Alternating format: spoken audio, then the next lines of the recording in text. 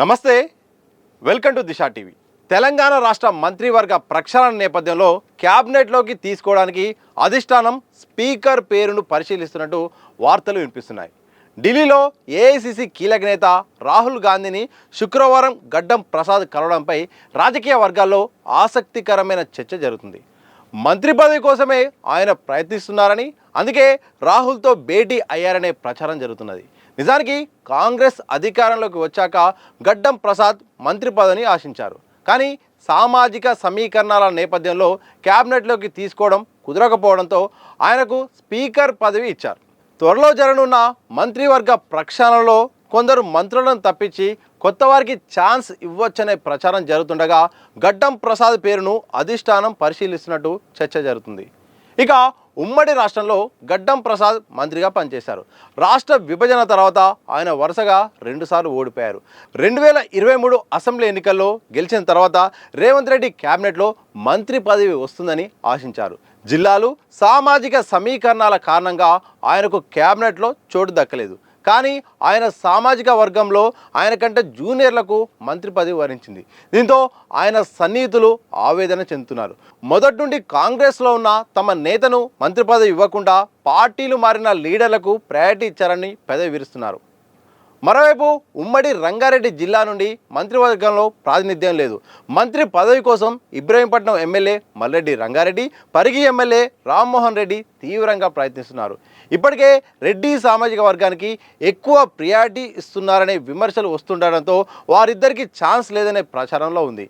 అందుకని అదే జిల్లాకు చెందిన గడ్డం ప్రసాద్ను క్యాబినెట్లోకి తీసుకుంటే ఉమ్మడి రంగారెడ్డి జిల్లాకు ప్రయారిటీ ఇవ్వడంతో పాటు సామాజిక సమీకరణ సమస్య కూడా చెక్ పెట్టొచ్చనే ఆలోచనలో హైకమాండ్ ఉన్నట్టు టాక్ ఉంది. అయితే ప్రసాద్ను క్యాబినెట్లోకి తీసుకుంటే స్పీకర్ పదవి ఎవరికి ఇవ్వాలనే అంశంపై అధిష్టానం రాష్ట్రంలోని కీలక నేతలతో చర్చించిన తర్వాతే తుది నిర్ణయం తీసుకోబోతున్నట్టు తెలిసింది.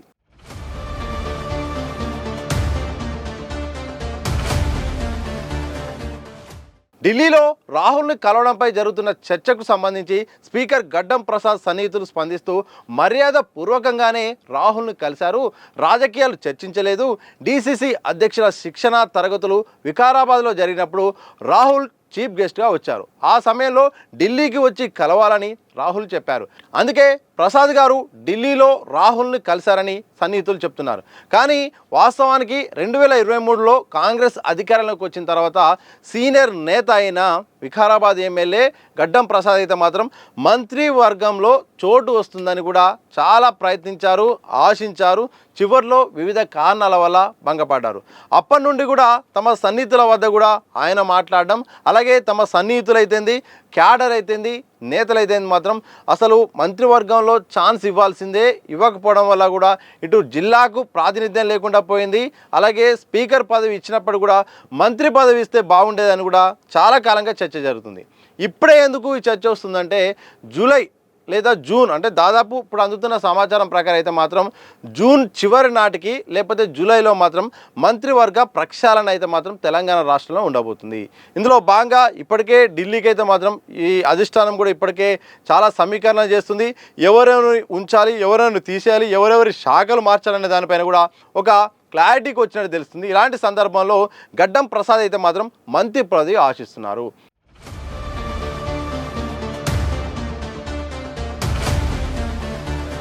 గతంలో కూడా ఆయన ఆశించినప్పుడు భంగపడ్డప్పటికీ ఉమ్మడి ఆంధ్రప్రదేశ్లో మంత్రిగా ఉన్న వ్యక్తి ఈరోజు మంత్రి పదవి కోసం ఆశించడంలో తప్పులేదు. కానీ జూనియర్లకు అలాగే ఆయన సామాజిక వర్గానికి సంబంధించిన వాళ్ళకు మంత్రి పదవి ఇచ్చి ఆయనకు ఇవ్వకపోవడం పట్ల మాత్రం ఆవేదన అయితే మాత్రం వ్యక్తం చేస్తున్నారట. స్పీకర్ పదవి అనేది చాలా గొప్ప పదవి, అలాగే రాజ్యాంగ సంబంధించిన వ్యవహారం. అది కొన్ని సందర్భాల్లో పార్టీ కార్యక్రమాల్లో పాల్గొనలేని పరిస్థితి, చాలా రూల్స్, రెగ్యులేషన్స్, ప్రోటోకాల్ ఉంటాయి.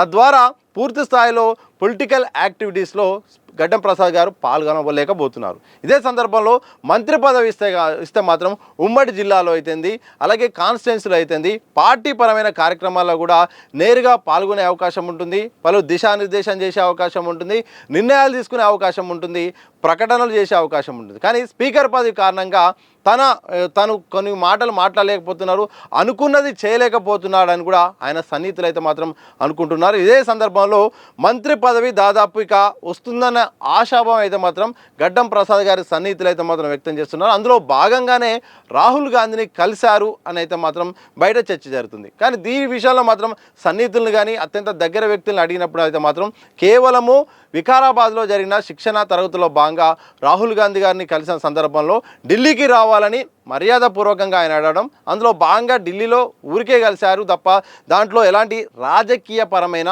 అంశాలేమీ లేవని కూడా చెప్పే ప్రయత్నం అయితే చేస్తున్నారు. కానీ దీంట్లో మాత్రం ఎట్టి పరిస్థితుల్లో మంత్రివర్గ ప్రక్షాళనలో భాగంగా మాత్రం ఈసారి జిల్లాకు ప్రాతినిధ్యం లేదు. ఒకవైపు రెడ్డి సామాజిక వర్గానికి చెందిన ఇద్దరు కూడా పోటీ పడుతున్నారు. అలాగే ఒకవైపు రెడ్డిలకు ఎక్కువగా కూడా ప్రాధాన్యత ఇప్పటికే ఎక్కువైందన్న విమర్శలు వస్తున్నాయి. ఇలాంటి సందర్భంలో గడ్డం ప్రసాద్ గారికి వరించే అవకాశం అయితే ఉంది.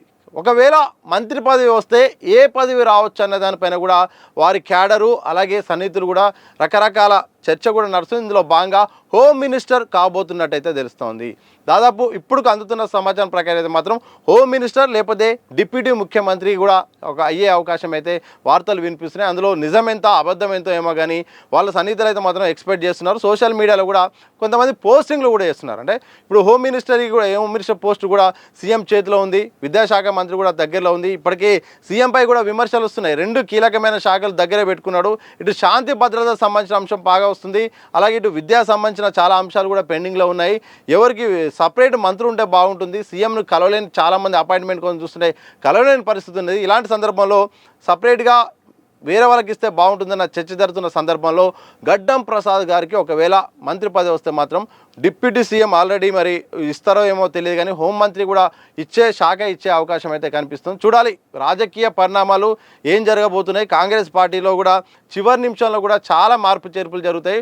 ముందు అనుకున్న వ్యక్తులు ముందు జరిగిన ప్రచారం అంతా కూడా చివరి నిమిషంలో చివరి గంటలో కూడా మారిన సందర్భాలు ఉన్న సందర్భంలో మరి జూన్ చివరి నాటికి మరి ప్రక్షాళన జరగబోతున్న వార్తలు వస్తున్నాయి. ఇందులో మరి స్పీకర్గా కొనసాగుతున్న గడ్డం ప్రసాద్ మరి క్యాబినెట్ లోకి చేరుతారా, మరి అధిష్టానం దీనికి ఓకే అంటుందా, మరి మళ్ళీ ఏమైనా సమీకరణాలు అడ్డు వస్తాయా లేదా అని మాత్రం భవిష్యత్తులో తెలిసే అవకాశం ఉంది. ఏదేమైనప్పటికీ మొత్తానికైతే మాత్రం ప్రస్తుతం స్పీకర్గా కొనసాగుతున్న గడ్డం ప్రసాద్ అయితే మాత్రం క్యాబినెట్లో అడుగు పెట్టడానికి విశ్వసనీయంగా సమాచారం అయితే వస్తుంది. ఆయన ప్రయత్నాలు కూడా చేస్తున్నారు. ఇందులో భాగంగా ఢిల్లీలో కూడా రాహుల్ గాంధీతో కూడా తన అభిప్రాయాన్ని తెలిపినట్టయితే తెలుస్తుంది.